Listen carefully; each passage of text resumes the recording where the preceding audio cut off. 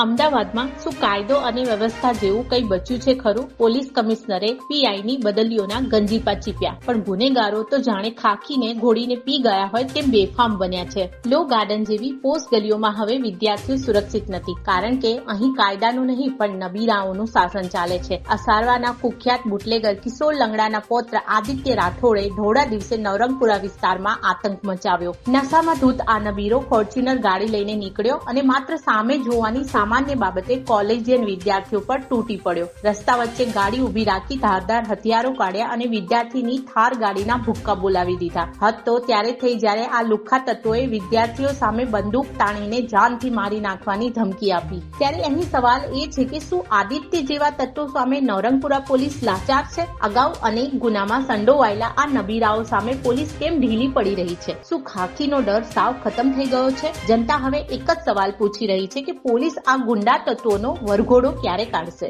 ઘરની વીજળી સ્વયં બનાવવા આજે સે સોલારનો સંપર્ક કરો.